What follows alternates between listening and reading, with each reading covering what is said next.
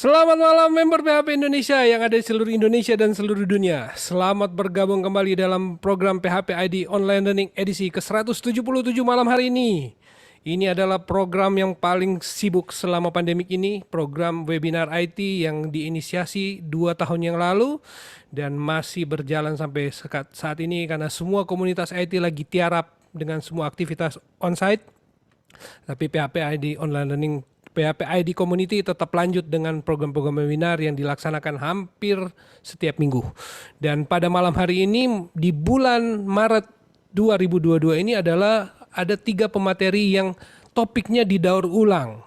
Jadi ini adalah 3 topik yang sebenarnya sudah pernah dibawakan di dalam topik PHP ID Online Learning sebelumnya.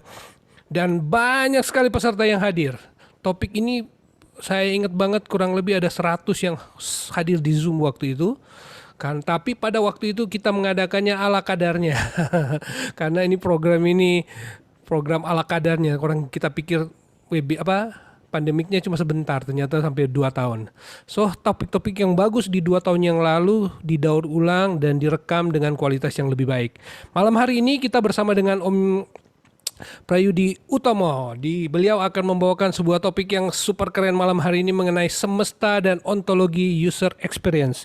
Kita akan belajar dari ujung ke ujung dunia UI UX kalau nggak salah secara spesifik, di mana ini akan memberikan pencerahan buat teman-teman ternyata betapa pentingnya UX itu dan betapa bergunanya ketika kita memiliki pengetahuan itu untuk kita terapkan dalam kehidupan kita sehari-hari, bahkan bukan cuma dalam pekerjaan programming atau dalam pekerjaan teman-teman sehari, bahkan dalam pekerjaan sehari-hari.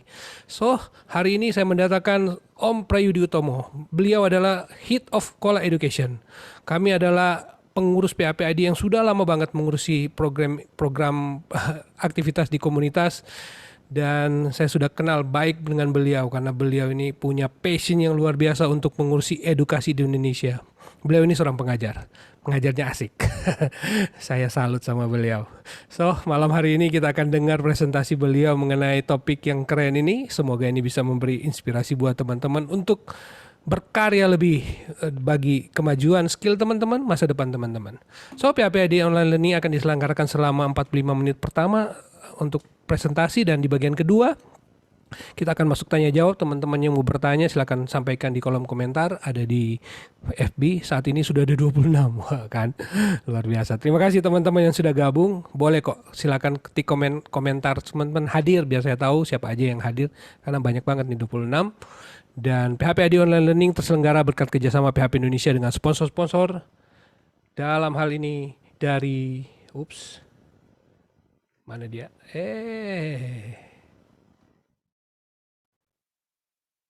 Ya, dari Niaga Hoster, dari Kodepolitan, Refactory, Kiskas, Sendit, dan Rumah Komunitas. Terima kasih untuk sponsor-sponsor yang terus mendukung program ini. Salam sehat selalu untuk seluruh CEO dan seluruh staf yang ada di perusahaan masing-masing. Biar kita terus berjuang, kita tetap semangat, dan kita going to next level di tahun 2022 ini. Dan tanpa perlu menunggu lebih lama, kita akan segera mulai PHP di Online Learning kita. Waktu dan tempat saya serahkan ke Om Yudi. Sebentar. Om Peter, ini waktunya sampai berapa menit nih? 45. Sampai sepuasnya Om Yudinya lah. Sampai selesai ya pokoknya. Iya. Gak usah terbatas 45, sejam, 1 jam setengah juga. Tapi silakan. Nanti tolong diingatkan ya Om ya, Om Yudi misalnya tinggal berapa menit lagi gitu. Oh.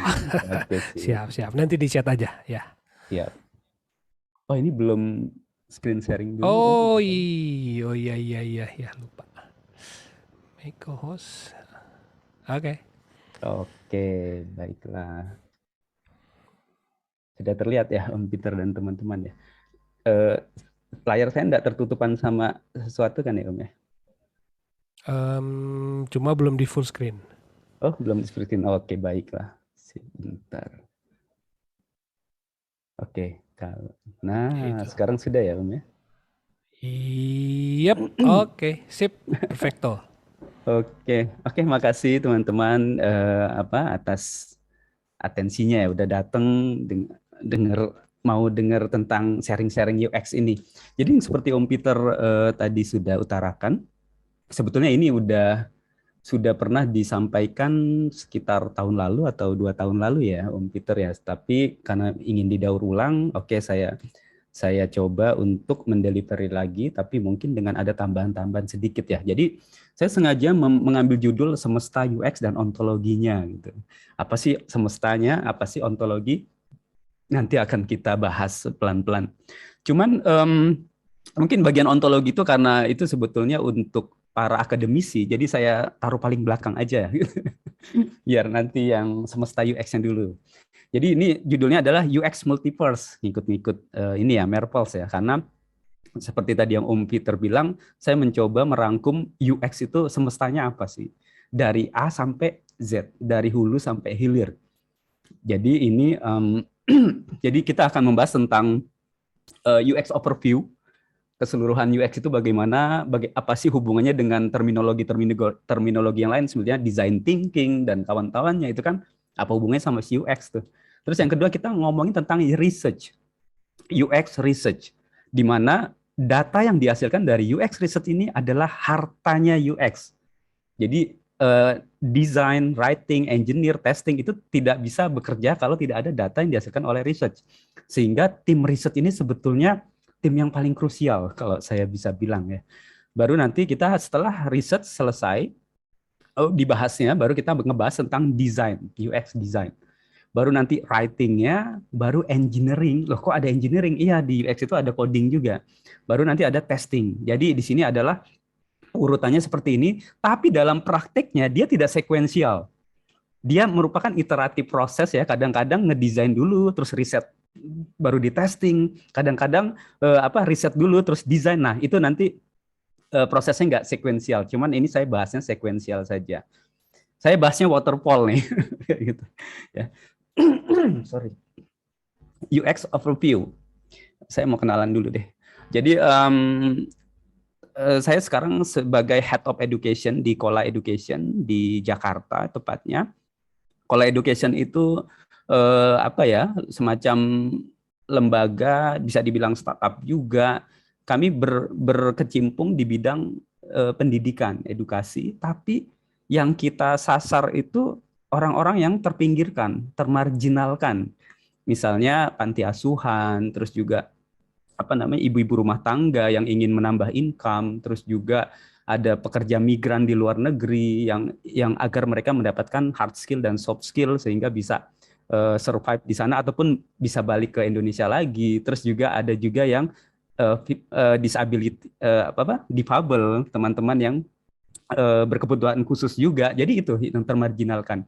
Sementara pekerjaan saya terkait UX itu, saya sebagai mentor UX di kampus Merdeka, itu ada sekolah independen bersertifikat oleh SIL ya, ada beberapa yang melakukan kampus Merdeka kan, SIL salah satunya. Terus juga sebagai asesor kompetensi, di sini ada Pak Roy dari LSP. Terus juga sebagai UX trainer di International Design School di Jakarta, tapi sejak pandemi itu udah enggak lagi ya. Terus juga sebagai konsultan UX kurikulum di Binar Academy di tempat Mbak Alamanda dan lain-lain lah. Nah, cuman perkenalan saya dengan dunia UX itu pada saat saya bekerja sebagai UX engineer di Grab Singapura. Jadi waktu itu tugas saya adalah membuat prototype yang menjadi jembatan antara tim desain dengan tim developer. Apa sih tugas UX engineer itu nanti kita bahas di slide-slide berikutnya. Kita lanjut saja ya. Jadi ini daftar isinya biar nanti sistematis pembahasannya. Sekarang UX overview. Kita akan bahas tentang semesta UX itu apa saja sih. Nah, Norman itu adalah tokoh UX. Sebetulnya dialah yang pertama kali mencetuskan terminologi UX, user experience. Itu sekitar tahun berapa ya, 70 apa 80-an gitu, saya lupa tuh. Don Norman namanya. Nah, dia itu punya terminologi untuk pintu yang susah dibuka, namanya Norman's Door. Jadi seringkali kita entah itu di kantor ya, di kampus ataupun di tempat umum, bingung antara pintu ini didorong atau ditarik tuh. Karena pegangannya juga tidak mencerminkan bagaimana cara kita berinteraksi, terus juga tidak ada tulisannya gitu. Ini adalah Norman's Door. Lalu yang berikutnya, tahun 2015 itu ada Steve Harvey gitu ya, MC. Dia menjadi MC Miss Universe. Dan dia salah membacakan pemenangnya. Setelah ditelaah, kenapa sih kok bisa salah Steve Harvey ini? Karena kan pasti membuat malu ya, baik malu sebagai MC, tapi juga malu yang dipanggil salah. Waktu itu dia memanggil bahwa yang harusnya menang adalah Philippines. Tapi itu tertutup sama jarinya dong, sehingga dia memanggilnya adalah yang USA sama Kolombia tuh, salah. Nanti edit di YouTube ada tuh, nanti silakan nonton itu apa ya, itu viral banget pada saat itu. Terus juga kalau yang tadi itu kita berbicara tentang sesuatu yang fisikal, produk fisik. Sekarang kita berbicara tentang produk digital. Seringkali kita melihat bahwa di website ataupun aplikasi gitu, salah satunya adalah menunya tuh panjang, drop down-nya tuh. Contohnya dalam hal ini biasanya negara. Kita klik, apalagi kita Indonesia gitu ya, nyari itu, wah kebanyakan. Masih mending Indonesia. Coba kalau teman-teman beli tiket gitu, terus mencoba daerah kita yang ndak daerah bukan Jakarta, bukan Bandung yang biasanya paling atas tuh. Scrollnya panjang gitu, bahkan kita lupa ini ada di kategori mana kota kita gitu kan. Itu juga tuh. Terus langkah solusinya gimana? Ya itu yang akan kita apa namanya coba untuk berikan dengan cara UX solusinya. Nah terus ini kalau tadi berbicara tentang menu, kalau ini berbicara tentang message. Ketika teman-teman sedang mau mendelete sesuatu baik di website ataupun aplikasi, itu sebetulnya nggak jelas tuh. Dia ngedelete-nya apa, ngedelete apa yang akan kita delete, terus apa pengaruhnya ketika kita delete gitu kan. Terus juga warna tab button-nya itu kadang-kadang tidak mencerminkan sesuatu yang harus hati-hati. Nah, proses untuk membuat solusi-solusi seperti ini, baik di dunia digital maupun tadi dunia analog gitu ya, itu bisa dilakukan dengan cara UX, metodologinya, pendekatannya, framework-nya dengan UX. Apakah UX menjadi satu-satunya solusi dari problem-problem ini? Tidak. Jadi teman-teman kalau misalnya, wah saya nggak tahu UX, tapi selama ini saya sudah bikin produk, dan ya nggak apa-apa juga gitu. Jadi ini hanya salah satu pilihan yang sekarang menjadi satu apa ya? Mungkin jadi satu cara yang baik dan powerful untuk menyelesaikan problem-problem yang barusan kita lihat. Nah, sekarang apa sih hubungannya atau bedanya antara UX sama terminologi yang lainnya? Misalnya ada HCD, UCD itu namanya Human Computer Design ya, atau UCD itu User Centered Design. Atau HCI, kalau teman-teman yang kuliah di informatika pernah dapat IMK itu, interaksi manusia dan komputer. Itu HCI. Terus juga seringkali kita dengar sekarang design thinking.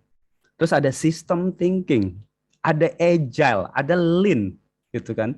Itu apa? Hubungannya sama si UX ini apa?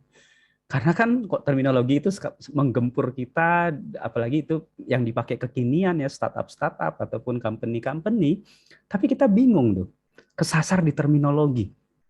Nah, mungkin ini gambar cukup membantu ya, walaupun mungkin gambar ini akan perlu diimprove lagi dari sisi UI maupun UX, karena kontrasnya kurang. Kalau teman-teman lihat ada warna abu-abu di bagian bawah, itu harusnya melanggar kaidah UX yang baik tuh. Udah backgroundnya abu-abu, warna teksnya putih gitu. Ini contoh yang bisa kita perbaiki dari UX. UX sendiri adalah metodologi. Ya, metodologi bisa dibilang apa namanya sesuatu yang abstrak ya, tapi bisa juga diturunkan menjadi metode, terus juga framework, terus juga nanti ada teknik gitu, proses. Jadi kita bilang aja sekarang UX itu metodologi. Di dalam UX itu ada UI.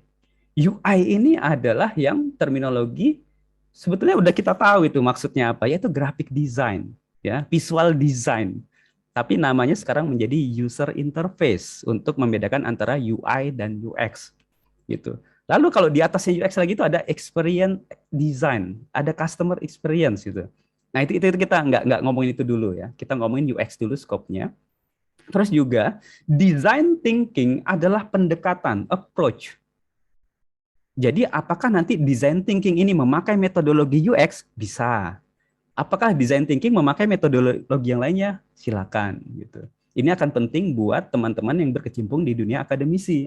Kalau membuat metode penelitian ataupun membuat karya tulis dan lain-lain gitu kan harus dibedakan mana metodologi, mana pendekatan, mana teknik dan lain-lainnya, framework gitu. Terus juga agile dan UX. Apa sih bedanya gini? Kita akan berlanjut. Nah, ini mungkin akan lebih jelas nih. Design thinking itu kata desainnya itu bukan berarti desain grafis yang selama ini kita tahu, bukan ya. Design thinking adalah bagaimana kita explore the problem. Jadi ketika teman-teman melihat ada problem di sekitar gitu kan, entah itu misalnya sampah berserakan. Wah, kok sampah berserakan? Udah ada tukang sampah, sudah ada iuran, kenapa ini kok nggak kelar-kelar? Kita perlu bisa pakai design thinking untuk mengeksplor kenapanya, lalu membuat solusinya. Gitu.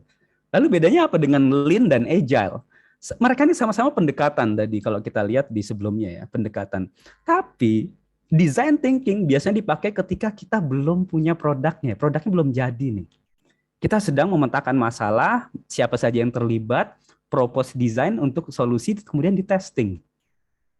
Tapi kalau Lean itu udah masuk development. Lean dan Agile adalah udah masuk development. Jadi bagaimana membuat sebuah produk, baik itu jasa, baik itu website, aplikasi gitu kan, ataupun produk fisik, pakai Lean atau Agile. Gitu. Kalau Lean itu adalah barangnya belum ada. Terminologi Lean ini dulu dipopulerkan oleh Toyota. Waktu itu mereka menciptakan suatu serangkaian proses terus dikemas sehingga disebutnya Lean, seperti itu. Jadi sementara Agile adalah barangnya sudah ada, mungkin versinya masih sederhana, ingin diimprove. Jadi misalnya teman-teman punya aplikasi, atau kita contoh ambil aplikasi Gojek, Grab, Traveloka. Dulu awal-awal kan mereka fiturnya masih sedikit, tampilannya masih belum sekompleks sekarang. Dengan metode Agile mereka bisa memperbaiki atau improve dari aplikasi ini. Gitu. Jadi beda ya, design thinking itu adalah explore the problem. Belum masuk ranah development. Sementara Lean atau Agile itu sudah masuk development. Gitu. Lalu ya, pilihannya apakah ini 3 ini saja? Oh enggak. Ada banyak sekali pendekatan, framework dan lain-lain. Tapi biasanya mirip-mirip tuh. Gimana miripnya, kita lanjut ke slide berikutnya. Design thinking di slide ini adalah disusun menjadi beberapa tahapan. Biasanya 5 ya. Ada empathize, ada define, ideate, prototype, lalu testing. Tapi kalau teman-teman melihat design thinking itu juga ada banyak alirannya. Ada yang dikeluarkan IDEO, terus ada yang dikeluarkan oleh Stanford, ada yang dikeluarkan oleh Google, dan teman-teman itu terminologinya kadang-kadang beda. Empathize misalnya kadang-kadang dipakainya understand, not empathize gitu. Jadi tes biasanya dipakainya evaluate gitu. Jadi tapi jangan terjebak di terminologi. Yang penting kita tahu maksudnya apa di dalamnya, seperti itu. Lalu di sini terlihat bahwa fase design thinking itu adalah memetakan problem, mencari siapa saja yang terlibat gitu dengan serangkaian tadi fase. Lalu akan kita maju ke development. Mau Lean atau Agile, yaitu tergantung kultur di tempat kita bekerja ya. Kadang-kadang udah pakai Lean aja, atau misalnya ada pakai Agile aja, nggak masalah. Karena ujung-ujungnya kita menciptakan produk yang memang baik gitu. Jadi nggak apa-apa, nggak ada yang perlu di compare mana yang lebih baik. Ya sesuai sikon dan mungkin SDM-nya itu bisanya apa, seperti itu. Lalu setelah development kelar, masuk ke ranahnya digital marketing tuh, growth hacking. Bagaimana kita mendapatkan valuasi dengan cepat, subscriber, follower, downloader dengan cepat, tapi tekniknya dengan cara hacking gitu, bukan hacking seperti yang hacker-hacker itu maksudnya, tapi hacking bagaimana marketingnya ini bisa melesat dengan cepat dengan cara-cara tertentu yang dipilih. Nah, kita sekarang ngomongin UX itu bisa dimasukkan di ranah mana saja. Bisa di design thinking, bisa juga di development. Bahkan bisa juga di digital marketing. Kan ada programmable marketing dan teman-temannya, tapi kita nggak bahas itu. Nah, sekarang kita lanjut. Udah mulai kelihatan nih diferensiasi beda-beda maksudnya dari terminologi ini. Kita lanjut. Lalu di dalam design thinking itu juga ada yang namanya design sprint. Ini suka ketukar-tukar. Bedanya apa ya antara design sprint sama design thinking? Dua makhluk yang berbeda atau sama? Sebetulnya sama, bukan sama ya, tapi design sprint adalah subset dari design thinking.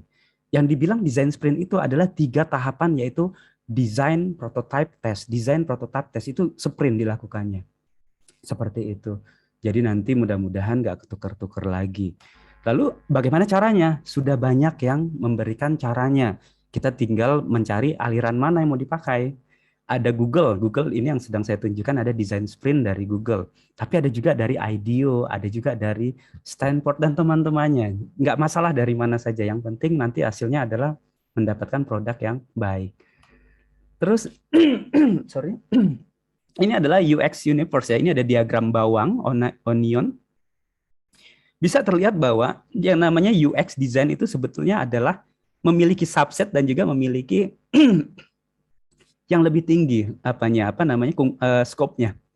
Ketika kita berbicara tentang visual, terus keindahan warna, itu kita masuknya ranahnya UI design. Tapi kalau kita masuk ke ranahnya kenyamanan, bagaimana menggunakan, itu masuknya UX design. Baru kalau kita ingin mengatur bagaimana antrian di kasir di suatu swalayan, atau bagaimana cara sebuah toko melayani dari awal sampai akhir sehingga pembelinya bisa membeli closing, bisa masuk customer experience. Lalu kalau misalnya kita menyelenggarakan bagaimana service design agar website-website atau aplikasi pemerintahan di smart city itu memiliki reliability yang tinggi, terus juga dan teman itu kita pakai service design, itu lebih besar lagi. Tapi kita akan berbicara tentang UX design saja pada kali ini.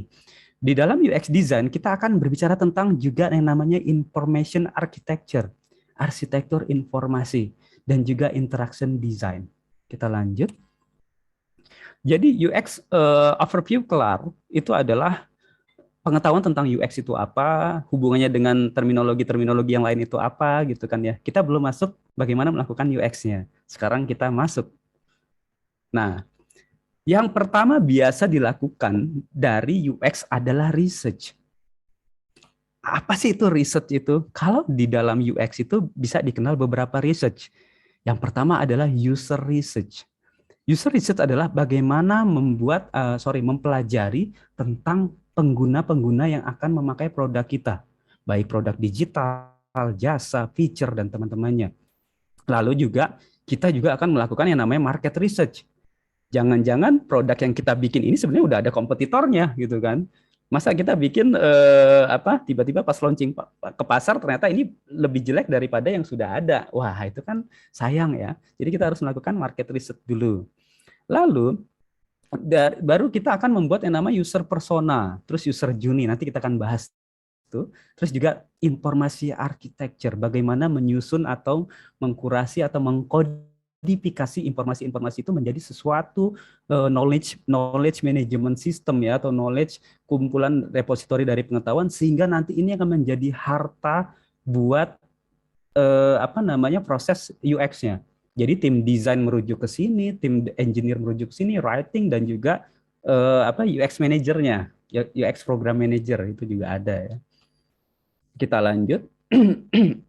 Untuk research, sebetulnya ini bukan ranahnya UX saja ya. Ini riset ini adalah yang sering kita pakai kalau kita melakukan riset dari dulu. Jadi apakah nanti mau kualitatif, kuantitatif, apakah berdasarkan behavior ataupun attitudinal. Jadi kalau misalnya teman-teman mau mencari sentimen analisis terhadap produknya teman-teman, berarti kita akan pakai attitudinal. Tapi bagaimana kita mencari tahu user menggunakan produk kita ketika check out, ketika payment, ketika searching, itu berarti pakai behavior. Tapi apakah kita ingin tahu kualitatifnya, seberapa dalam user melakukan proses aktivitas di aplikasi kita bisa pakai ini kualitatif. Kita interview gitu kan, kita lihat cara dia pakai produk, tapi juga bisa kuantitatif. Jadi kita bisa melihat dengan bantuan analitik, misalnya Google Analytics yang teman-teman biasa pakai, itu kita bisa tahu bahwa oh ternyata aplikasi kita ini diakses paling banyak pakai Android gitu kan. Nah, itu kuantitatif tuh. Seperti itu. Karena ketika kita ingin mengetahui apa yang kita pakai riset metodenya, kita harus tahu metode apa yang cocok. Jangan sampai kita salah metode, nanti datanya juga tidak sesuai. Kita lanjut. Untuk market research itu ada banyak ya. Kita bisa dengan simple misalnya membandingkan antara kita mau bikin e-commerce. E-commerce itu sudah red ocean ya, udah banyak sekali. Ada Tokopedia, ada Blibli, ada Shopee dan teman-temannya. Itu kan udah red ocean. Jadi ketika teman-teman mau membuat e-commerce lagi, wah kita harus market research nih. Apa sih kelebihan dan kekurangan daripada kompetitor gitu. Apalagi kalau misalnya kita mau bikin aplikasi gitu kan, kita harus riset. Contohnya gimana? Ya ini simple ya, waktu pas awal-awal pandemi kan tiba-tiba sekolah harus online. Adik-adik kita, anak-anak kita itu tiba-tiba harus punya HP tuh. Nah, udah punya HP harus punya kuota gitu. Kuota mana yang paling murah kalau ngakses Google Meet atau Zoom atau teman-temannya gitu kan. Itu harus di-compare karena kan itu berkaitan sama kantong kita. Nah, itu harus di-competitive analysis. Atau teman-teman sering nggak ketika kita membeli sesuatu atau searching ke sebuah e-commerce, toko online. Searchingnya sih apa namanya HP merek tertentu gitu ya. Tapi yang keluar bukan HP, yang keluar itu apa? Kabel HP, charger HP, casing HP dan teman-temannya. Ternyata searchingnya itu ternyata nggak akurat gitu. Nah itu bisa menjadi strong point tuh ketika kita menciptakan suatu e-commerce gitu, bahwa kita punya filtering searching yang bagus ketimbang kompetitor. Karena kompetitor sampai sekarang itu kayaknya juga masih masih belum belum ini akurat tuh kayak gitu. Kita lanjut. Setelah kita melakukan riset-riset tadi ya, user research, terus juga market research, sekarang kita akan membuat yang namanya user persona. Ini teman-teman mungkin akan familiar dengan kata user persona ini kalau yang berkaitan dengan design thinking ataupun yang UX research. Jadi apa sih user persona itu? User persona adalah tokoh rekaan yang ini adalah potensial pengguna dari produk kita. Tokoh rekaannya gimana? Nggak sembarangan rekaan juga. Karena kita harus melihat bahwa kira-kira siapa yang menggunakan aplikasi kita ya. Kalau teman-teman membuat aplikasi untuk menanggulangi remaja yang depresi misalnya. Kita akan berusaha untuk menciptakan persona. Kira-kira remaja yang kita ambil data misalnya dari BPS, data dari para NGO gitu. Kelihatan ternyata range untuk remaja depresi itu umurnya sekian sampai sekian. Oh, dapat tuh personanya. Terus mereka biasanya memakai sosial media ABC, masukin persona. Terus juga biasanya mereka juga memiliki resiliensi yang rendah misalnya terhadap masalah, masukin juga. Sehingga dari data-data yang kita kumpulkan tadi kita bisa menciptakan tokoh rekaan. Ini adalah contoh bagaimana user persona itu disusun. Misalnya di sini adalah contoh 2 user persona, kiri dan kanan. Kita ingin membuat satu aplikasi. Dalam hal ini misalnya contohnya aplikasi untuk kesehatan. Gitu. Yang kiri adalah ibu-ibu muda dengan anak yang masih remaja gitu ya atau balita. Sementara yang kanan itu ibu-ibu yang sudah senior citizen.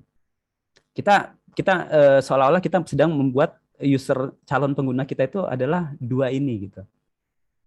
Yang membedakannya adalah kita goalsnya mereka. Biasanya ibu-ibu muda misalnya, yang ibu-ibu muda sih mencari makanan yang sehat atau bagaimana asuransi anaknya gitu kan. Sementara ibu-ibu yang tua itu ibu-ibu yang lebih senior itu makanan yang sehat itu biasanya senior gitu ya. Terus juga gimana caranya mereka ibu-ibu yang lebih senior ini mencari informasi yang cocok buat di umurnya beliau gitu. Nah, lalu apalagi frustasi poinnya atau biasanya dibilang pain ya, poin sakitnya itu di mana? Itu adalah beda-beda. Kalau ibu muda ini dia nggak masalah dengan teknologi yang kekinian ya, dengan payment gateway yang terbaru, ada pakai OVO, Dana, GoPay gitu kan, itu nggak masalah. Tapi bagi senior citizen jangan-jangan dia tidak familiar dengan teknologi yang baru. Jadi itu ditulis tuh frustasi poinnya tuh, habitnya bagaimana. Habitnya kalau yang senior citizen itu biasanya dengan aplikasi yang simple. Terus juga teksnya itu besar. Sementara kalau ibu yang lebih muda itu nggak masalah dengan teksnya yang lebih kecil dan teman-temannya. Untuk apa sih user persona ini? Agar kita bisa menciptakan yang namanya user experience map. Jadi beda-beda antara user yang A sama user yang B itu frustasi poinnya beda-beda. Yang A yang masih muda misalnya melihat homepage yang banyak elemennya itu nggak masalah, tapi kalau yang sudah senior melihat homepage yang macam-macam mungkin dia akan bingung. Nah, setelah dipetakan frustasi poinnya di mana, kita bisa membuat yang namanya user journey. User journey itu apa sih? Kalau teman-teman login ke aplikasi ataupun sign up, setelah sign up itu kan orangnya bisa beda-beda tuh. Ada yang melakukan activity A, ada yang melakukan activity B dan lain-lainnya gitu. Gunanya apa kita memetakan user journey ini agar kita bisa menciptakan yang namanya solusi-solusi apa yang cocok untuk kita bangun, nanti akan saya bilang. Nah, ini adalah contoh user experience map. Tadi ada frustasi point ya yang tadi sudah kita susun berdasarkan tokoh rekaan tadi user persona. Kita sedang membuat kemungkinan solusinya. Ini maaf, ini adalah contoh UX yang buruk. Saya menggunakan gambar yang tulisannya kecil. Ini adalah contoh UX yang buruk. Sehingga saya memberikan sumbernya, nanti teman-teman bisa lihat sumbernya. Karena ini nanti silakan kalau ada yang mau slide-nya nanti bisa dilihat. Jadi di situ udah ada tuh frustasi point, kemungkinan solusinya apa. Seperti itu. Agar apa? Agar kita bisa membuat namanya user flow. Jadi user flow ini adalah, ini saya ambil contoh ketika kita sign in atau sign up dari sebuah aplikasi atau website gitu ya. Itu kan ada flow-nya. Pengguna akan memilih dia mau sign in atau sign up. Ketika sign in, apakah menggunakan Google, menggunakan Facebook, menggunakan LinkedIn dan teman-temannya. Ketika sign up, apakah dia bisa menggunakan Google juga dan teman-temannya. Kalau misalnya forgot password, nah jadi untuk login sistem saja kita udah ngomongin itu tuh, sign in, sign up, forgot password, gitu kan. Terus juga ada confirmation dan teman-temannya itu. Ini adalah user flow seperti ini ya. Nah, ketika kita ngomongin satu feature, login system satu feature, payment satu feature gitu, itu adalah banyak sekali. Sehingga yang namanya user researcher itu biasanya nggak satu. Ada banyak dari berbagai macam background. Ada psikologi, ada backgroundnya sosiologi, antropologi, ada backgroundnya teknis, ada backgroundnya desain dan teman-temannya. Biasanya kalau startup atau company yang sudah besar, yang sudah memiliki spesialisasi di pekerjaan, nggak seluruhnya dikerjakan dalam satu orang, mereka itu melakukan banyak sekali riset sehingga mengumpulkan harta berupa data yang banyak seperti itu. Nah, karena banyak sekali hasil riset, maka dibutuhkan yang namanya information architecture. Information architecture adalah mengumpulkan data-data hasil riset dari UX researcher itu agar nanti itu menjadi repositori pengetahuan. Inilah nanti yang akan dipakai untuk tahap-tahap berikutnya. Nah, apa sih yang dimaksud dengan information architecture? Cara mungkin simpelnya seperti ini. Kalau teman-teman lihat ada slide ini yang saya bikin, saya berusaha untuk membuat komponen-komponennya ini agar membantu siapapun nanti yang melihatnya. Contohnya adalah di bagian atas dari slide ini saya memberikan taksonomi. Saya membahas tentang UX research, subtopiknya adalah information architecture. Lalu turun ke bawah itu ada headline yang besar, information architecture. Jadi orang tahu bahwa oh, slide ini adalah information architecture. Lalu ada gambarnya untuk menunjukkan bahwa untuk orang-orang yang nggak sempat untuk membaca teksnya, itu akan lebih mudah untuk gambar. Jadi saya menggunakan gambar sebagai wow faktor dari slide ini, lalu narasinya diturunkan dari gambar, ada di sebelah kanannya. Bagi orang-orang yang nggak bisa lihat gambar, misalnya yang menggunakan screen reader, teman-teman yang netra, terus juga yang lagi internetnya lelet sehingga gambarnya nggak ke loading, dia bisa membaca dari teksnya. Lalu kalau misalnya kurang juga pengetahuan dari slide ini, maka saya memberikan sumber di bawahnya. Jadi inilah bagaimana information architecture bekerja. Lalu bentuknya apa saja? Bisa berupa repository website, bisa berupa sitemap ataupun mind map, atau bisa berupa juga tree, gitu ya, pohon seperti ini. Inilah nanti yang akan disusun sehingga teman-teman di departemen UX gitu ya, atau departemen desain ataupun developer bisa terbantu seperti ini. Nah, UX research kita kelar. UX research yang biasa melakukan siapa? Ada UX researcher namanya, ada juga information architect gitu. Deliverable-nya apa? Ya, seorang UX researcher harus bisa memberikan hasil UX research, hasil market research, bikin user persona, bikin journey, bikin flow, dan juga menyusun arsitektur informasi. Kita akan lanjut ke berikutnya. Setelah UX research kita telaah tadi, kita lanjut ke yang namanya UX design. UX design ini berbeda dengan UI ya. Jadi ini bedanya seperti ini.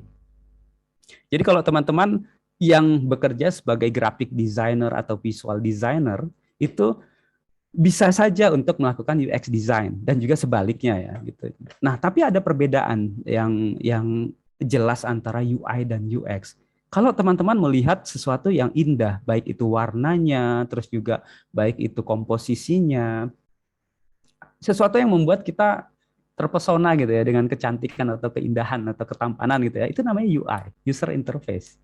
Tapi kalau UX itu adalah kenyamanan, kenyamanan menggunakan, kenyamanan untuk berpindah dari halaman satu ke halaman lain gitu kan, kenyamanan ketika bayar payment ada banyak pilihan, kenyamanan ketika kita bayar dengan kartu kredit tapi merasa aman ternyata kepotongnya itu jelas sekian ada pajak ada apa, itu kenyamanan tuh seperti itu. Atau misalnya contohnya ini suka saya pakai contoh yang di dunia nyata gitu ya, teman-teman mau beli HP misalnya budgetnya 2 juta gitu, waduh budget 2 juta mau beli HP, ada 2 toko, saya datangi tuh tokonya, saya lihat dulu, oh ternyata yang jaga cantik tuh atau yang jaga cakep gitu kan ya. Saya masuk nih, Mbak, Mas, saya mau beli HP, budgetnya 2 jutaan, apa ya? Terus Mbak Masnya bilang begini dong, wah kalau 2 juta nggak ada Pak, di sini nggak ada Mas, 2 juta diremehin gitu, dijutekin gitu kan. Waduh, itu UI-nya itu bagus tuh mereka, tapi UX-nya jelek. Terus kita ke toko sebelahnya, wah Masnya, mbaknya cantik juga tuh, Masnya cakep juga kalau misalnya kayak gitu kan ya. Terus kita masuk nih ke tokonya, Mas Mbak, saya mau beli HP tapi budgetnya 2 jutaan gitu. Kan kita biasanya kalau ngelihat budgetnya itu terbatas kan agak malu ya, bukan agak malu gitu kan ya. Tapi malah Mbak Masnya bilang begini dong, "Oh, Pak, kalau HP 2 juta di tempat kami itu ada 3 pilihan. Yang merek A, merek B, merek C. Yang merek A ini kelebihannya di kamera. Yang merek B kelebihannya di baterai. Yang merek C kelebihannya di garansi." Nah, terus langsung dijelaskan, wah ini udah UI-nya bagus, UX-nya bagus. Ini diejawantahkan ke produk digital. Seperti itu. Jadi kecantikan dan kenyamanan itu seiring, UI dan UX. Seperti itu. Kita lanjut. Setelah tim desain mendapatkan data dari UX researcher di repositori pengetahuan tadi, maka dia akan mulai ngoret-ngoret. Dia akan bikin sketch gitu ya. Di kertas aja gambar, nggak usah pakai tools apapun yang digital tuh. Oret-oret dari homepage kira-kira masuk kemana, terus ketika balik ke homepage lagi bisa kemana, itu dibikin tuh. Ini namanya adalah interaction. Itu sebabnya ada interaction designer, itu adalah membuat arah atau navigasi ketika sebuah halaman itu di-tap, dipencet atau diklik itu kemana tuh. Lengkap nanti. Terus, Mas, kan kalau bikin aplikasi itu banyak banget ya halamannya, atau website itu banyak banget. Makanya biasanya dibagi itu per feature, per fitur. Jadi bikin login sistem gimana alurnya, bikin payment, ya skopnya payment aja, jangan ngomongin login lagi gitu kan, sehingga kita bisa bisa terbatasi, nggak akan endless work, nggak akan nggak kelar-kelar tuh kalau misalnya seluruhnya langsung dipikirin gitu. Nah, setelah sketches itu kelar, barulah kita bisa bikin wireframe. Mulailah ini kita pakai tools-tools digital. Bisa pakai Figma, Adobe XD, pakai InVision, Justinmind, dan teman-temannya. Ya, dibilang wireframe itu ya karena dia berupa sederhana ya, hitam putih dan berupa kawat-kawat seperti itu. Dalam tahapan wireframe ini, sebetulnya ini desainer itu udah bisa bekerja dengan researcher, dengan writer, dengan engineer, bahwa untuk memvalidasi, benar nggak nih? Benar nggak ini mumpung masih hitam putih nih gitu kan. Yaudah, kata prototyper atau engineer, udah deh saya bikinkan prototipenya. Bisa, nanti akan saya bahas di bagian engineer. Setelah wireframe kelar, ini adalah contoh bagaimana wireframe betul-betul diperhitungkan dengan detail berdasarkan riset yang tadi sudah ada. Gitu. Contohnya apa? Button itu ukurannya harus dipaskan dengan jempolnya gitu kan. Ini jempolnya kegedean, jadi buttonnya harus digede. Fontnya ternyata kekecilan, harus ada panduannya seperti ini, sehingga semua elemen yang ada di aplikasi halaman website itu betul-betul diperhitungkan per setiap detailnya. Kita lanjut. Setelah kelar si wireframe, saatnya lah orang dengan kemampuan seni yang tinggi, biasanya UI designer atau grafik atau visual designer, melakukan yang namanya mock-up. Memasukkan teori-teori warna, memasukkan brandingnya perusahaannya, warnanya apa, logonya gimana, sehingga tampilannya inilah yang nanti di launching sebagai produk. Itulah tugasnya si sense of art-nya itu yang tinggi gitu ya. Nah, lalu setelah mock-up kelar, itu kita lanjut ke ini design system. Ini maksudnya adalah seorang UI designer, UI ya bukan UX. UI designer itu dalam levelnya yang semakin tinggi dia bisa membangun namanya design system. Itulah teman-teman yang biasanya memakai Google Material, Apple, Microsoft, IBM, terus juga Facebook itu punya desain yang konsisten. Semua detailnya ada angkanya yang dijadikan standar. Nah, seorang UI designer ketika bisa membangun design system itu berarti ya udah keren abis gitu. Contohnya apa sih ya? Bikin UI style guide ya, terus juga bisa dipublish sebagai portofolio dan teman-temannya. Nah, ini adalah contoh bagaimana UI style guide itu betul-betul diperhitungkan kode warnanya, terus juga pixelnya, terus juga pakai font tipenya apa dan teman-temannya. Ini bisa dipublish di tadi repositori pengetahuan yang tadi udah disusun di awal. Seperti mungkin teman-teman udah pernah yang namanya Confluence. Itu keluaran Atlassian ya, Jira, Confluence itu keluaran Atlassian itu bisa menjadi sumber dari tempat untuk menyimpan pengetahuan atau simple di Google Docs gitu kan. Seperti itu. Kita desain kelar. Desain ini yang bisa melakukan siapa? Ya UX designer, UI designer, motion designer itu bagaimana animasi efeknya itu juga adalah interaction designer. Seorang interaction designer itu yang tadi membuat navigasi agar dari hulu sampai hilir itu pengguna bisa mencapai keinginannya, goals-nya seperti itu. Deliverable-nya ya sketch, wireframe, mockup, design system dan teman-temannya. Kita lanjut. Dalam proses desain ini, UX writer itu bisa menjadi tandemnya tuh bisa langsung kerja bareng maksudnya. Yaitu apa? Seorang UX writer harus bisa menempatkan kata-kata yang clear agar produk kita ini betul-betul mencapai tujuan yang diinginkan. Gitu. Terus bedanya apa sama copywriter? Kan sama-sama writer tuh. Copywriter itu ranahnya digital marketing. UX writer di ranahnya UX. Kalau copywriter itu bagaimana menciptakan copy atau teks untuk menjual. Tapi kalau UX writer bagaimana menciptakan copy atau teks untuk biar orang pengguna ngerti cara makainya. Contohnya gimana implementasinya? Implementasinya seperti ini. Jadi kalau teman-teman lihat di slide ini, ketika kita membuat pesan error itu kadang-kadang lupa dipikirkan itu hasil errornya itu nanti bisa memberikan kesan apa kepada pengguna? Apakah semakin takut karena nggak jelas?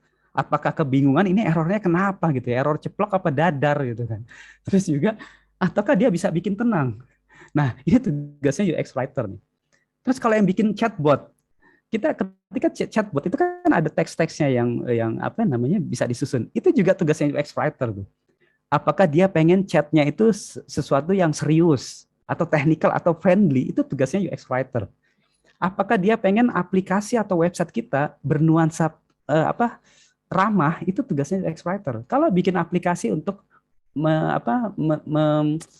membuat aplikasi untuk remaja-remaja yang depresi, ya artinya kita harus dengan kata-kata yang mengayomi, gitu, seperti itu. Kita lanjut. Contoh UX writer itu adalah dia tahu kapan menaruh angka, kapan menaruh kata-kata, seperti itu ya, nominal disebutkan atau enggaknya. Terus bintang itu biasanya ada bintang 5 tapi 5 dari berapa? 5 dari 10 kah? 1 dari 10 kah? Kayak gitu itu juga. Nah, ini adalah contoh bagaimana UX writer juga di Foursquare. Ini udah lama banget ya, Foursquare masih ada nggak sampai sekarang itu. Terus itu bagaimana dia menciptakan kata-kata yang simpel tapi juga bikin tahu pengguna, oh ternyata maksudnya ini, seperti itu. Instagram juga punya UX writer yang bagus tuh. Kita lanjut. Writer kelar. Yang melakukan UX writing itu bisa UX writer. Copywriting kok juga bisa. Ya kadang-kadang kalau kita bekerja di startup yang kita punya sendiri ataupun startup ya, teman yang masih kecil, yang namanya writer itu kadang-kadang digabung semua tuh, kasihannya ya. UX writer dia, copywriting dia, content writing dia tuh, kasihan tuh. Tapi dengan begitu dia bisa memilah-milah tuh kapan dia melakukan UX writing, kapan copywriting, sehingga ya apa ya, wawasan berpikirnya jadi semakin luas seperti itu. Kita lanjut, engineer. Setelah melakukan research, design, writing, saatnya tim prototyping itu bekerja. Maksudnya apa sih prototyper? Prototype itu bedanya apa sama produk yang sudah jadi? Jadi sebelum kita menunjukkan prototype itu apa, ada yang namanya konsep fidelity. Ada low fidelity, medium fidelity, dan high fidelity. Low fidelity itu adalah yang sketch tadi kita oret-oret tuh, sama wireframe itu kita bilangnya low fidelity. Sementara kalau udah berupa mock-up, terus juga udah prototype yang bisa di-tap, diklik, itu udah kita bilangnya medium atau high fidelity. Kalau yang atau prototipenya dibikin menggunakan coding kayak React Native atau Flutter ataupun Xamarin, itu udah high fidelity. Seperti itu. Jadi ini konsep fidelity ya. Kita lanjut. Nah, ini adalah contoh low fidelity. Ingat nggak teman-teman, waktu pas kita masih di ranah desain, kan itu dibikin wireframe tuh. Nah, tim prototyper udah bisa bikinin tuh prototipenya tuh. Mana-mana sini wireframe-nya. Dibikin apa? Dibikin alurnya. Ketika tab ini masuk kemana, ketika tab ini balik kemana gitu. Itu untuk mempercepat aja, bener nggak nih alurnya, interaksinya bener nggak gitu. Lalu selain low fidelity, ada juga yang namanya high fidelity. Seperti ini contohnya di slide. Jadi mock-up yang tadi udah dibikin, itu udah dimasukkan ke dalam prototype-nya. Sehingga tampilannya itu udah mirip atau sama yang akan di-launching nanti ketika masuk tim development. Tapi jangan salah teman-teman, yang namanya prototype ini bukan produksi, bukan yang sudah di-develop.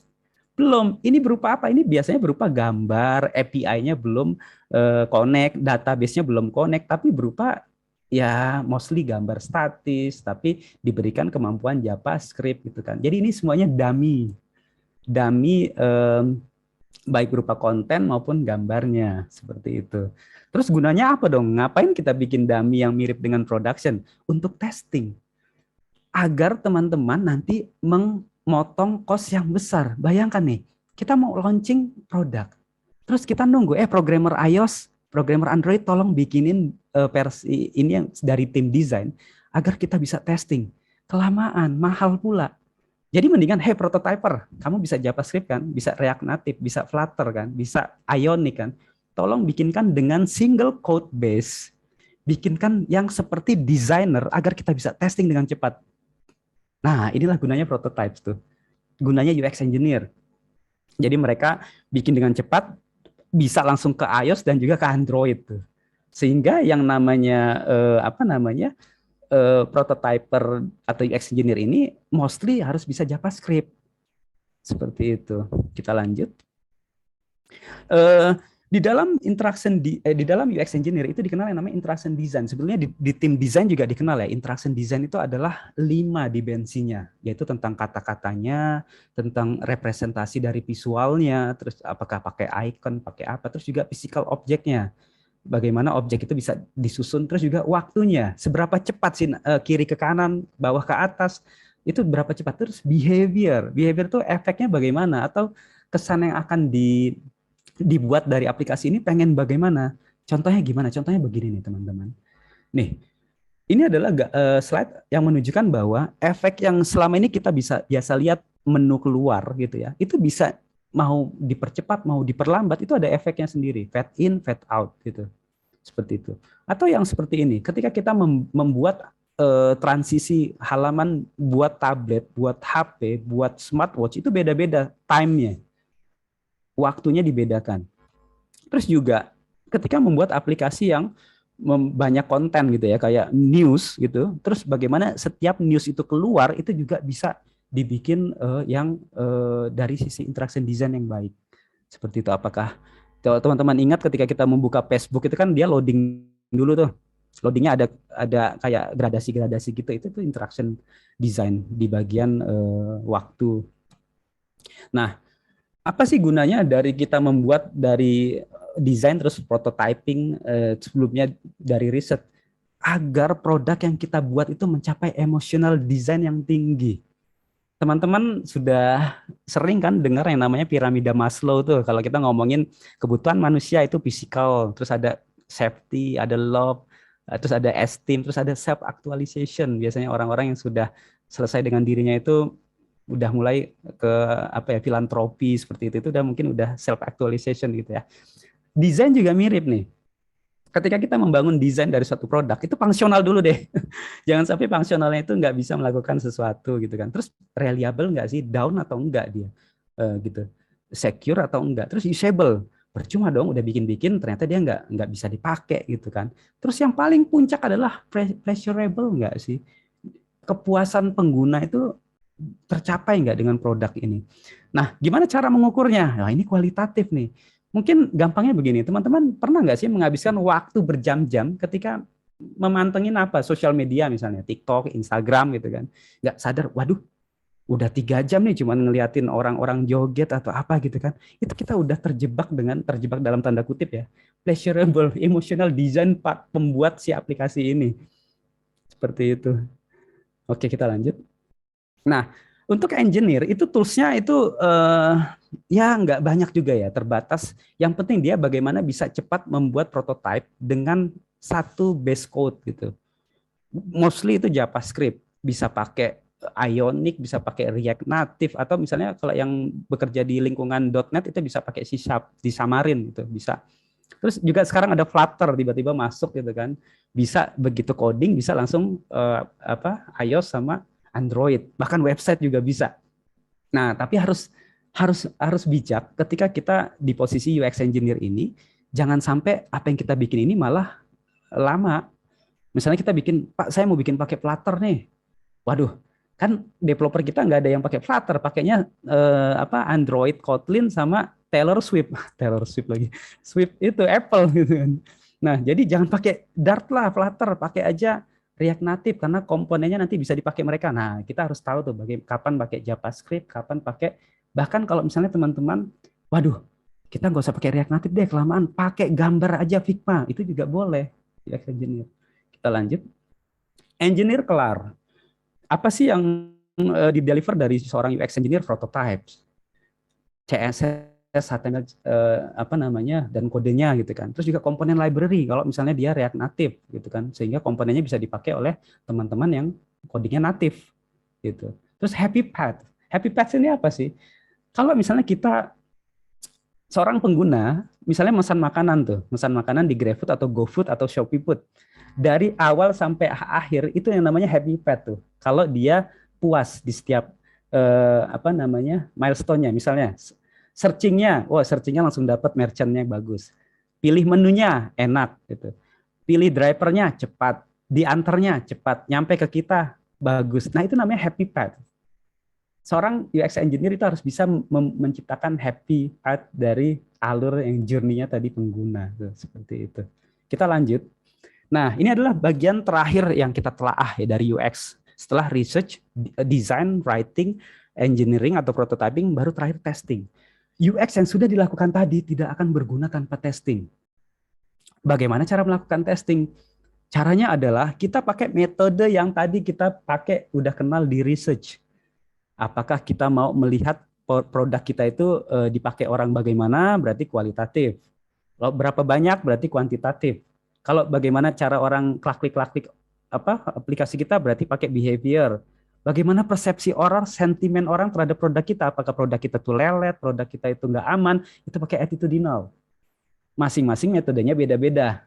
Tinggal dipilih saja mana yang paling cocok. Seperti itu. Nah, ini adalah contoh yang biasa dipakai untuk testing UX, yaitu usability testing.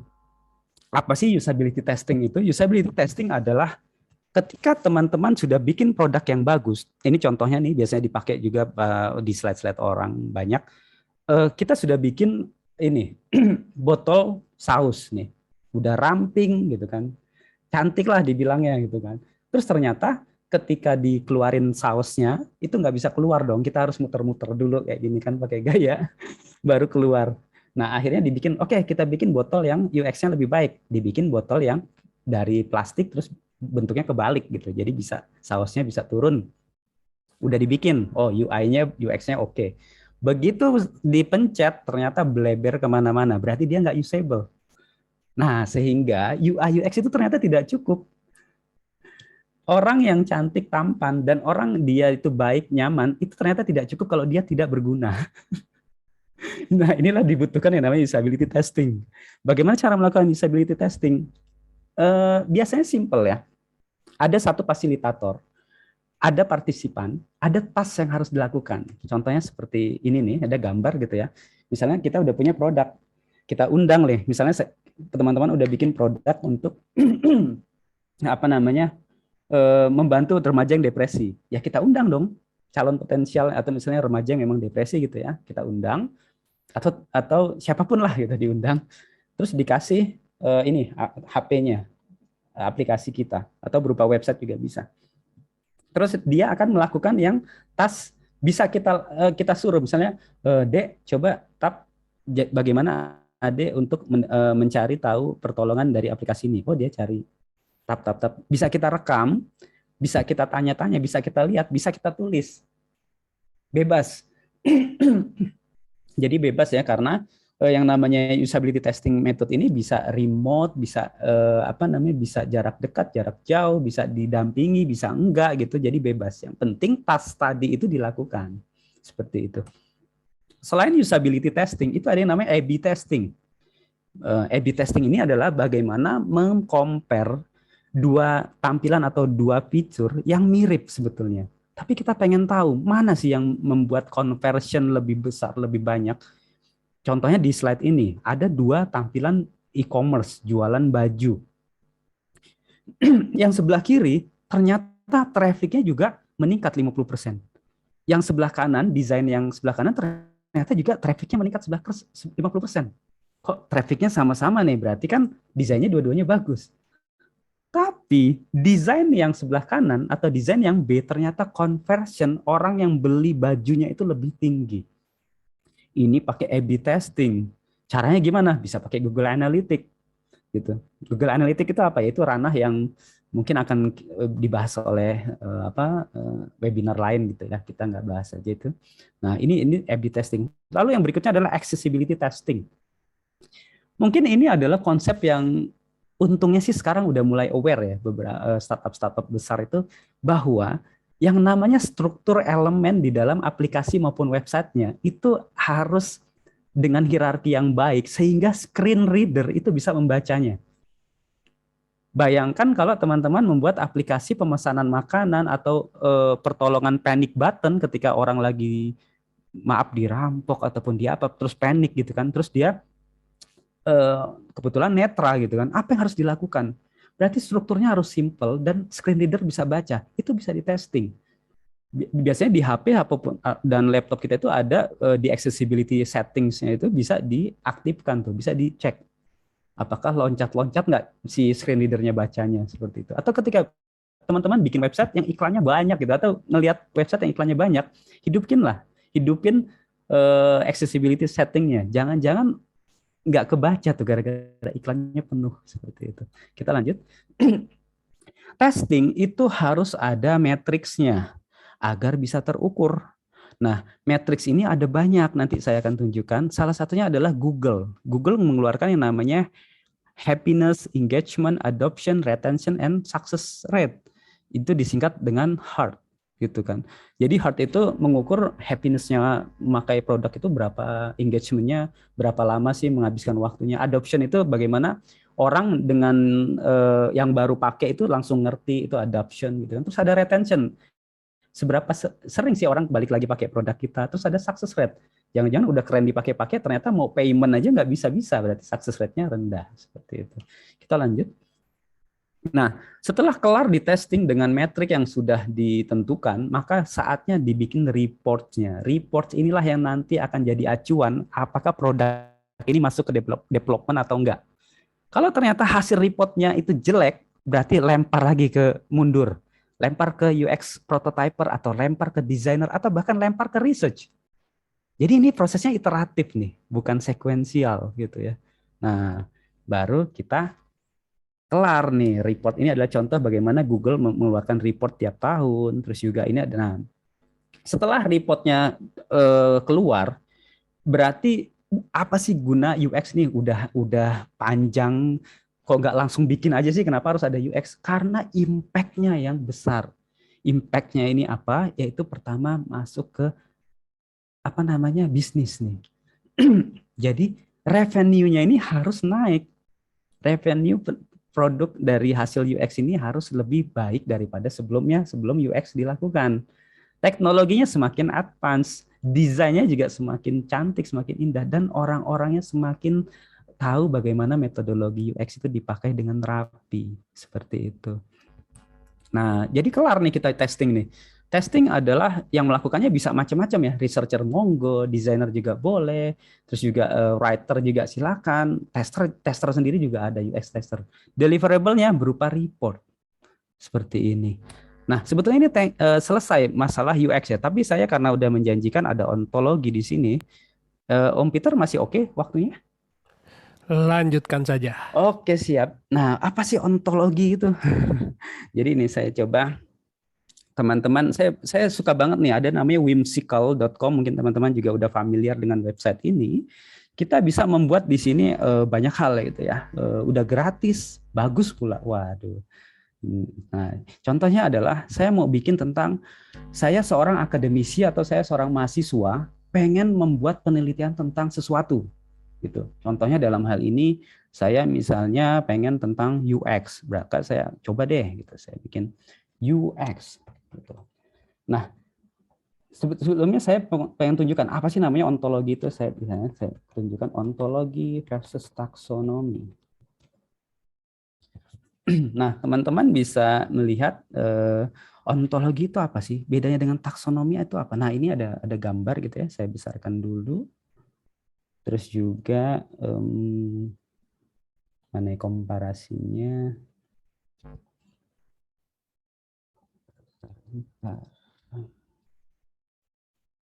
Oke, ini. Nah, ini bolehlah. Terus, nah oke, kita lihat juga ini. Apa sih namanya ontologi itu? Nah, teman-teman mungkin bisa melihat di sini. Di sini ada dua gambar, yang kiri ontologi, yang kanan taksonomi. Bisa terlihat bedanya. Kalau taksonomi itu adalah kita membuat kategori lalu subkategori gitu ya. Bukan kategori juga sih. Misalnya apapun itu kita bisa bikin, kita hierarkinya kita tulis tuh. Misalnya orang tua punya anak, punya cucu, punya cicit seperti itu ya. Terus juga apa UX itu apa saja, itu taksonomi itu namanya. Tapi kalau ada dua domain, dua hal yang pengen dicari hubungannya nih, misalnya hubungan antara digital marketing sama UX itu apa? Hubungan antara JavaScript sama PHP itu apa? Itu kan dua hal domain yang berbeda nih ya, atau hal yang berbeda. Itu kita butuh yang namanya ontologi, karena taksonomi nggak cukup. Seperti itu. Nah, ini, waduh, ini kekecilan. Ya, seperti ini. Nah, teman-teman mungkin familiar dengan yang namanya graph. Graph ya, GRAPH. Graph itu ini seperti ini kita ngomongin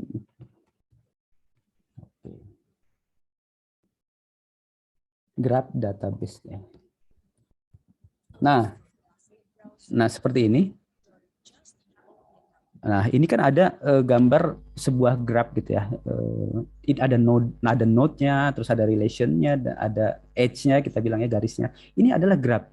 Ketika teman-teman membuat suatu pengetahuan ataupun apa ya, data atau informasi seperti ini, maka yang namanya, kalau ini mau dibikin database-nya itu nggak cukup yang namanya SQL. Kita butuh yang namanya graph database. Misalnya apa? Neo4j.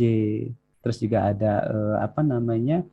Ada banyak ya, selain ada GraphDB dan teman-temannya. Nah, lalu hubungannya apa sama ontologi? Hubungannya seperti ini. Misalnya saya akan ngomongin UX, terus saya pengen tahu UX ini semestanya apa saja, maka saya bisa membagi yang pertama UX itu ada di proses gitu.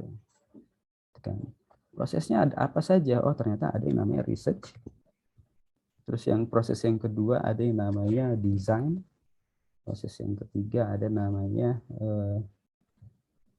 writing misalnya gitu ya.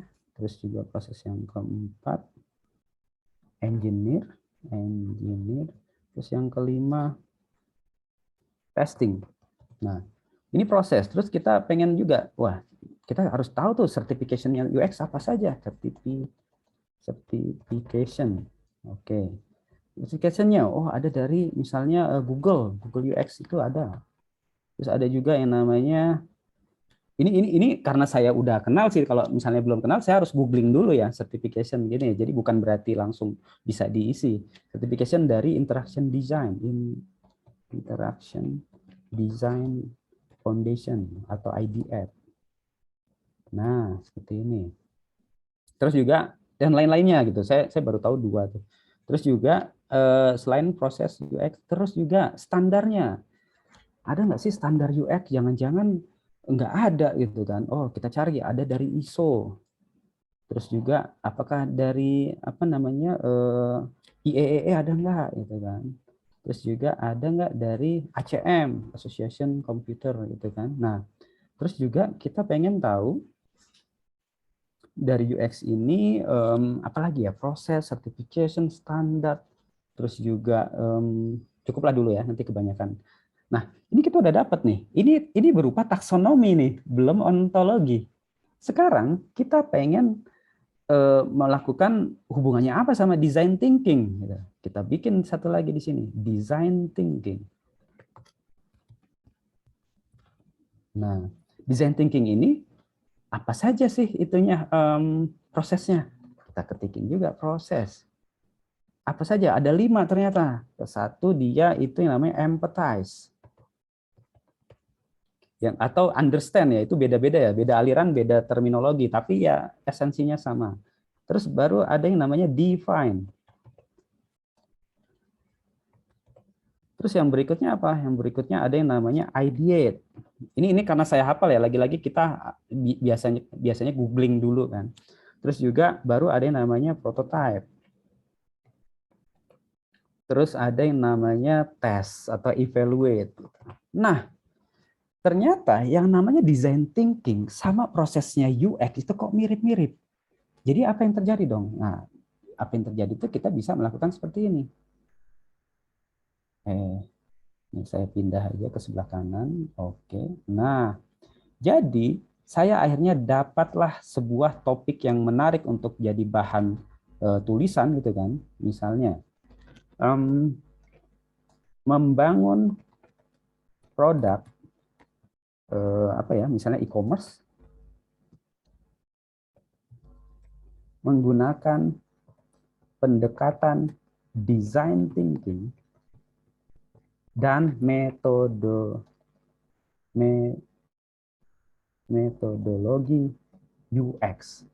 Nah, loh, ini ada 2 terminologi dikawinkan nih. Gimana caranya? Ternyata design saya pakai yang namanya design thinking dulu. Terus saya pasang dia empathize. Terus juga yang keduanya itu define. Yang ketiganya itu ideate. Terus design thinkingnya salah. Nah, terus salah. Ini Wim Cycle ini sangat bagus. Saya recommended banget nih teman-teman yang belum kenal ya. Kalau yang udah kenal sih prototype. Terus yang ketiga evaluate.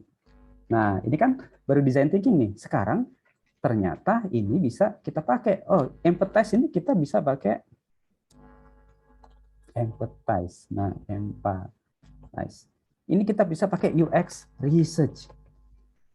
Terus define ini adalah bagaimana merumuskan dari hasil empathize. Itu kita pakai UX research juga.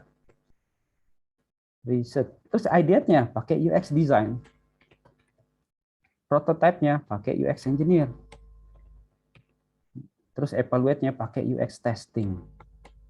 Nah, jadi deh nih 2 taksonomi yang kita gabungkan dapat satu produk gitu. Karena biasanya kan gini kan, ada lead kita atau stakeholder kita, kita pakai design thinking.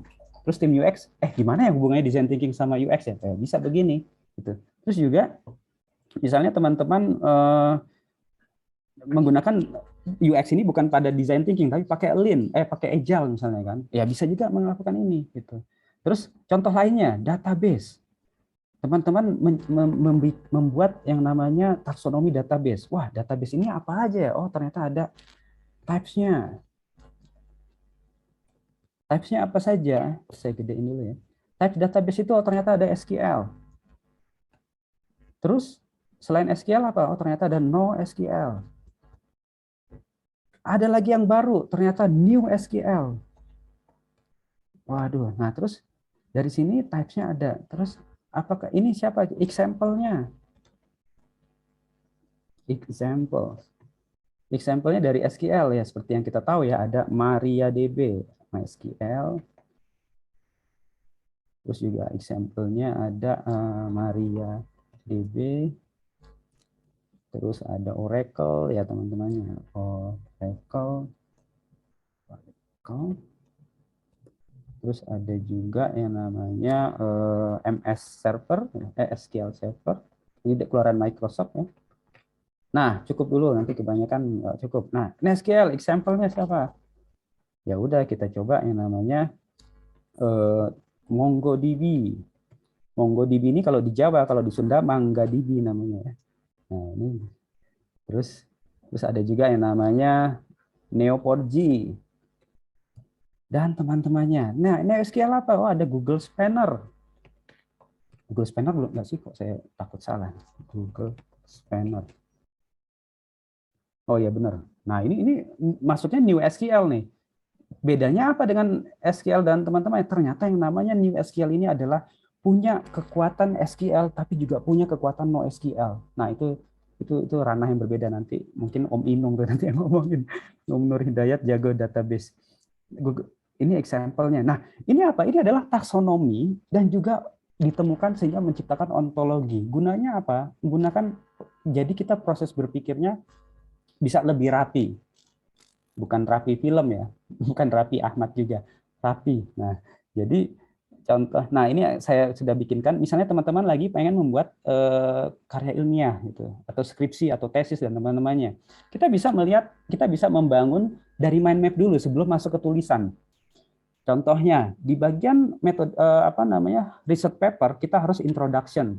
Keduanya tinjauan pustaka, baru ada hipotesis problem, ada state of the art metodologi. Baru nanti sampai terkecil, unit terkecil, sehingga nanti begitu teman-teman sudah kerangkanya sudah dapat, tinggal pindah ke tulisan.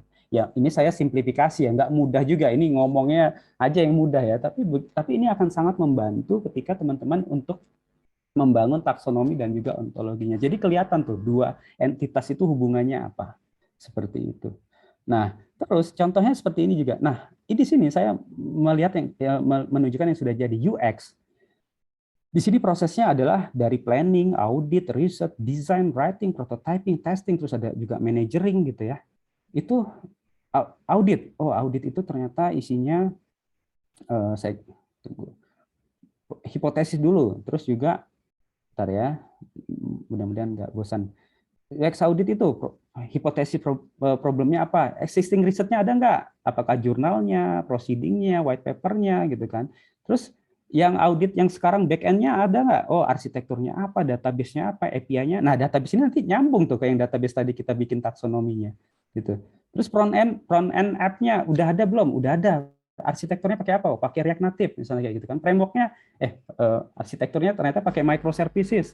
Framework-nya pakai React Native atau pakai yang lain-lainnya. Library-nya apa saja. Nah, ini bisa kita petakan nih. Nyambungnya nanti ke taksonomi yang lain lagi. Terus juga banyak ya. Jadi ini yang saya, terus ada UX certification apa saja. Nanti kita bisa mengambil mana yang kita butuhkan saja sehingga apa namanya ini kan menjadi repositori pengetahuan kita nih mind map ini. Jadi ontologi itu maksudnya seperti itu, Om Peter. Mungkin biar nggak bosan gitu kita tanya jawab aja kali ya Om Peter ya. Gitu. Gimana Om Peter? Boleh kita Oke. tanya jawab. Oke, saya tutup sebentar. Iya, silakan. Oke. Oke teman-teman, 1 jam kan. Tapi saking asiknya kita akan masuk ke bagian kedua, kita akan masuk ke tanya jawab. Ada beberapa pertanyaan yang sudah masuk. Saya masih menantikan, tapi tidak akan banyak ya, mungkin antara 3 atau 4 pertanyaan aja. Nah, sambil menunggu pertanyaan teman-teman, ada beberapa pesan yang mau lewat dan Om Yudi mau istirahat minum dulu karena dia sudah ngomong 1 jam ini. Ada Raffi Ahmad lagi tadi. Oke. Oke, PHP ID Online Learning terselenggara berkat kerjasama PHP Indonesia dengan sponsor-sponsor, dalam hal ini dari Niaga Hoster. Niaga Hoster adalah perusahaan penyedia layanan web hosting yang berdiri sejak 2013 dengan misi membantu jutaan orang di Indonesia untuk memaksimalkan potensi internet dengan memberikan mereka alat untuk belajar dan berkembang. Jangan ragu untuk memilih hosting Niaga Hoster karena Niaga Hoster menggunakan data center tier 4 untuk memastikan data kamu aman dan mudah diakses. Dan dari Sendit. Baik UMKM atau perusahaan besar, mengelola pembayaran merupakan hal yang sensitif dan kompleks. Untuk menerima dan mengirim pembayaran, Anda tentu ingin solusi aman, cepat, dan fleksibel. Mengintegrasikan berbagai mitra pembayaran secara manual pasti memakan waktu. Solusinya, Zendit, payment gateway yang mampu memudahkan transaksi online untuk semua jenis usaha Anda. Segera integrasikan dengan Zendit dan dapatkan berbagai fitur canggih. Zendit terintegrasi dengan beragam bank besar di Indonesia supaya Anda dapat menerima dan mengirimkan uang ke berbagai pihak dengan mudah. Seluruh layanan berjalan otomatis sehingga Anda dapat bertransaksi kapanpun dan dimanapun. Zendit juga menyediakan berbagai produk lainnya yang dapat membantu bisnis Anda. Tidak dikenakan biaya pengaturan dan perawatan, hanya bayar sesuai penggunaan. Zendit aman, mudah, memiliki proses integrasi cepat, dan didukung oleh tim customer sukses kelas dunia. Bergabunglah bersama ratusan bisnis lainnya dan gunakan Zendit sekarang. Dan dari Kiskas. Kiskas merupakan platform percakapan multi-channel yang membantu bisnis untuk menciptakan customer experience. Nah, tadi disebut. Yang relevan dengan cara engage melalui percakapan yang real time dengan konsumen dalam jumlah masif.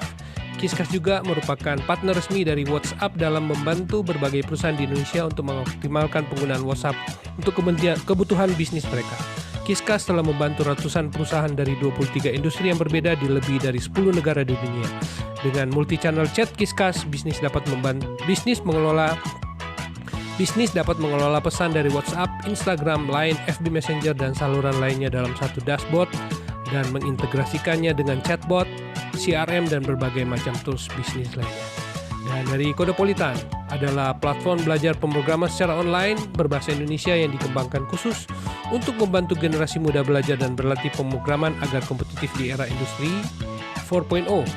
Dan dari Refactory adalah perusahaan teknologi informasi yang berkomitmen untuk memberdayakan masyarakat dengan mengenalkan mereka terhadap dunia pemrograman, karena Indonesia adalah negeri besar dengan potensi sumber daya digital yang dapat berkontribusi dalam transformasi digital dunia.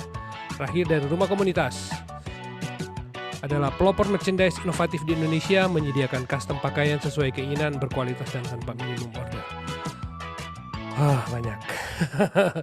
Oke, kita akan masuk ke tanya jawab. Cuman ada 2 atau 3 pertanyaan. Ini sudah masuk nggak? Banyak nih. Oke, pertanyaan pertama. Ya betul, setuju sama Om Roy Buana. Ilmu ini mahal banget.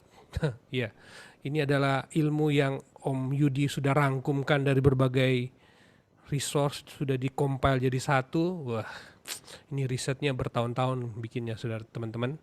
Jadi thank you banget. Dan dari pertanyaan pertama dari Ikmalil Biri, kalau mau cari example dokumen UI research maupun sampai UX design di mana ya Pak? Biar kita belajar dengan metode ATM.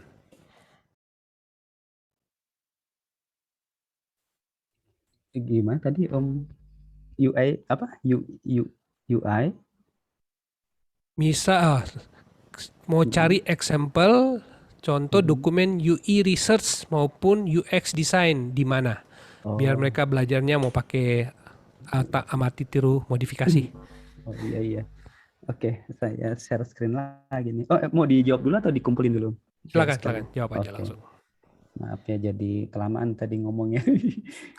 Gak apa-apa, santai. Ini saya sharing screen lagi. Jadi tadi pertanyaannya UI template ya, research gitu ya. Sebetulnya ada banyak ya, Mas atau siapa tadi yang jawab itu. Bisa saya tunjukkan aja nih. Malil. Research template.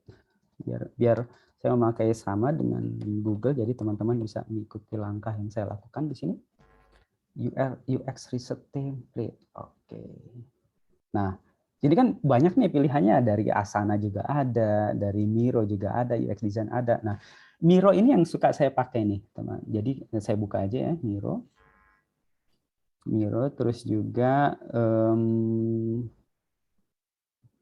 oke, di sini Miro aja cukup. Oops, oke, go to use template. Buka.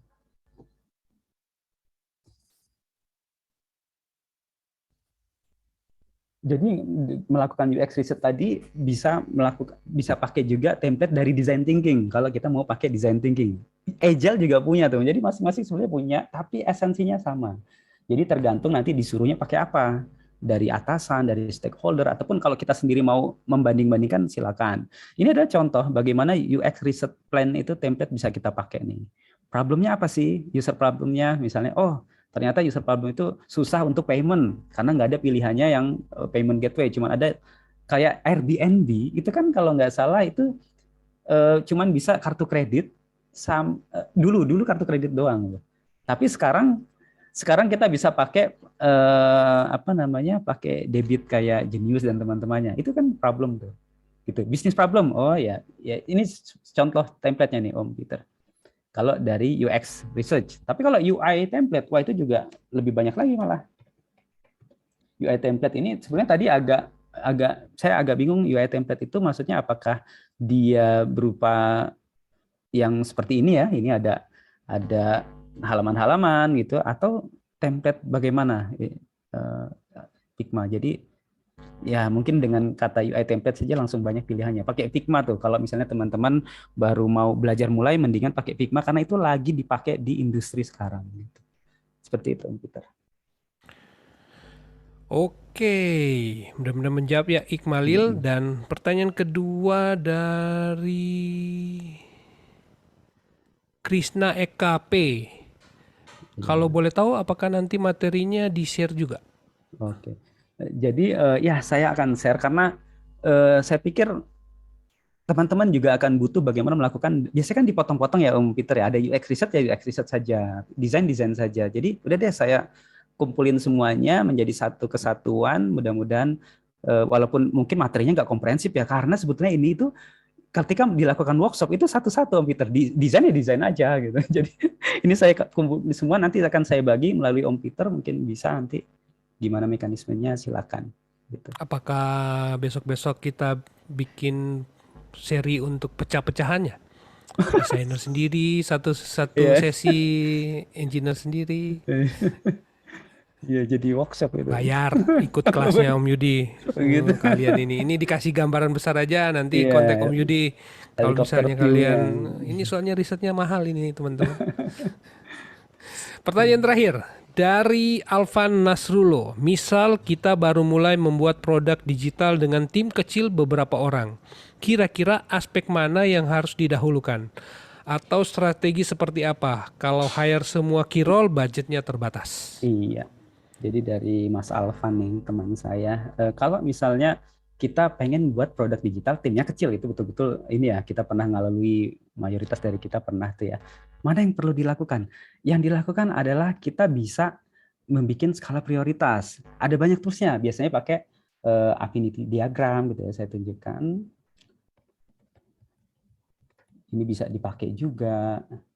Terus juga ini kita bisa mengkelompokkan mana yang impact-nya itu paling kena, Bang. Apakah kita pengen cepet-cepetan revenue atau kita pengen udah revenue aman lah karena kita punya angel investor, ya udah kita benerin desain dulu. Atau malah security-nya yang whole gitu. Misalnya kita punya produk, tiba-tiba ada leak data. Wah, itu harus jadi prioritas tinggi tuh. Karena trust-nya pengguna. Nah, jadi artinya kita harus sikon apa yang harus kita prioritaskan paling atas. Itu beda-beda, Mas Alvan. Seperti itu, Om Peter.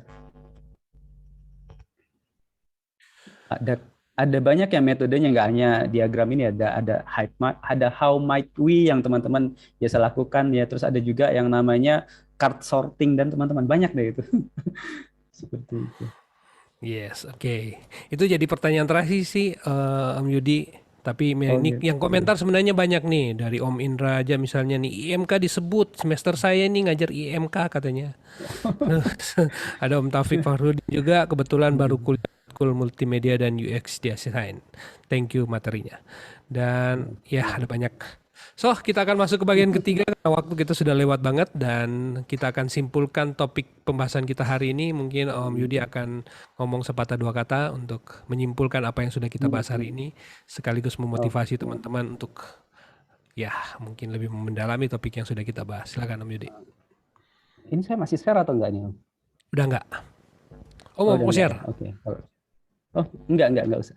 Jadi ngomong aja. Jadi teman-teman kalau yang sekarang sedang di profesinya itu sebagai designer, writer atau researcher atau mulai akademisi atau mahasiswa, sebetulnya UX ini akan sangat berguna kalau kita juga tahu. Jadi kan sekarang musimnya bukan generalis, bukan spesialis lagi Om Peter, tapi T-shape gitu ya. Mungkin teman-teman ada yang spesialisasinya musik atau ada yang spesialisasinya sebagai tenaga kesehatan dan teman-temannya. Tapi dengan mindset yang kita pakai, apakah itu design thinking, apakah itu lean, apakah juga UX, itu sangat membantu. Jadi kalau yang berminat untuk belajar UX, sayangnya itu ketika kita cari mata kuliah UX itu atau jurusan UX itu mungkin belum ada di Indonesia ya gitu. Tapi dia masuk ke dalam biasanya mata kuliah yang namanya HCI atau IMK tadi seperti Mas Indra Bang Indra bilang gitu kan. Atau kalau teman-teman mencari jurusannya di luar negeri itu juga masih terbatas. Lagi-lagi nama resminya di dalam pendidikan di akademisi adalah HCI. Human Computer Interaction gitu. Nah, justru malah banyaknya itu lewat dari praktisi. Misalnya Google UX Design Certification itu ada seperti itu. Jadi mungkin kalau teman-teman yang berkecimpung dalam praktisi ya bisa belajar metodologi ala akademisi dan sebaliknya teman-teman yang di akademisi juga belajar pendekatan praktisi sehingga ilmunya bisa saling melengkapi gitu. Oke, kalau misalnya teman-teman mau kontak Om Yudi untuk diskusi atau mungkin ya berguru atau berbayar dan sebagainya, kontaknya kemana? Iya, pertama telepati. Wis, Telepati bisa. telepati. Saya udah aktifkan ini, tapi masih belum dicas baterainya. Terus yang kedua MIRC, ketahuan umurnya. Yang ketiga Yahoo Messenger, waduh. Nah, yang keempat silakan nanti saya di Facebook juga ada. Tadi Om Peter juga udah mention gitu kan. Terus juga gimana ya? Saya di LinkedIn sih Om. Sosial media udah mulai jarang banget. Gitu. Oke, nyari aja Om Prayudi Utomo. Kayaknya setahu saya sih cuma satu-satunya di dunia yang nama itu belum pernah Kayaknya ketemu nama yang lain. ada lagi soalnya Om. Ada ya, tapi nggak pernah ketemu yang lain. Saya jadi dapatnya Om Yudi lagi. Oke. Baik. Terima kasih Om Yudi untuk topik kita hari ini, luar biasa mantap banget ya. Saya senang banget deh karena malam hari ini juga pesertanya masih betah sampai 37 tadi sempat 52. Terima kasih untuk teman-teman yang mengikuti topik ini. Nah, dan teman-teman yang pingin ada ketinggalan, ini kan direkam. Jadi nanti akan diupload ke channel Tekno Bareng Peter di YouTube. Oke, kita akan tutup ya Om Yudi. Oke, dan teman-teman sebagai pengumuman kita akan ketemu besok hari di topik yang berbeda lagi dengan dari tim Refactory akan bahas mengenai switch karir ke dunia programming melalui intensive probation. Ini adalah sebuah program yang dibuat oleh Refactory. Teman-teman bisa belajar di sana, tapi bukannya teman-teman yang bayar, tapi Refactory-nya yang bayar ke teman-teman. Jadi belajar sambil digaji. Nah, kita akan pelajari besok malam jam 7 di tempat ini. Kita akan ketemu dengan Om Dihan Laksana A. Dia adalah orang yang dari Refactory dan kita akan ketemu di sini. Dan spesial terima kasih untuk Om Irfan Maulana dan Om Luri Darmawan yang terus mendukung program ini dari awal dan seluruh teman-teman dan pengurus PHP Indonesia tentunya. Dan teman-teman yang mau mengakses pembelajaran PHP AD Online Learning dari edisi 1 sampai dengan 177 hari ini bisa berkunjung ke learning.byphp.id atau follow Carikbot di Telegram. Teman-teman bisa tinggal ketik aja video mana yang teman-teman interest, PHP AD Learning, UI atau UX atau pembelajaran yang lain. Nah, video-video yang terkait dengan topik-topik yang teman-teman ingin lihat akan nanti keluar di sana, jadi teman-teman bisa nonton ulang edisinya. Dan PHP IDI masih membuka donasi di s.byphp.id/donasi atau ke traktir.id. Teman-teman bisa berkunjung ke sana menggunakan e-wallet, OVO, GoPay, dan sebagainya. Teman-teman bisa berkontribusi untuk kemajuan PHP IDI Online Learning. Oke, dengan demikian berakhir sudah PHP IDI Online Learning kita. Miri, terima kasih. Aduh, ini COVID sudah turun. Harusnya kita bisa kongko-kongko lagi. Gimana? Di Jogja ya? Iya, udah amin. Iya ya, oke. Selamat untuk kan belum ada yang ngasih ucapan selamat untuk sudah jadi bapak-bapak nih sekarang. Suaranya lebih berat nih sekarang. Aduh, iya benar. Oke, bye-bye ya. Ya, baik. Makasih semuanya Om Richard. Bye.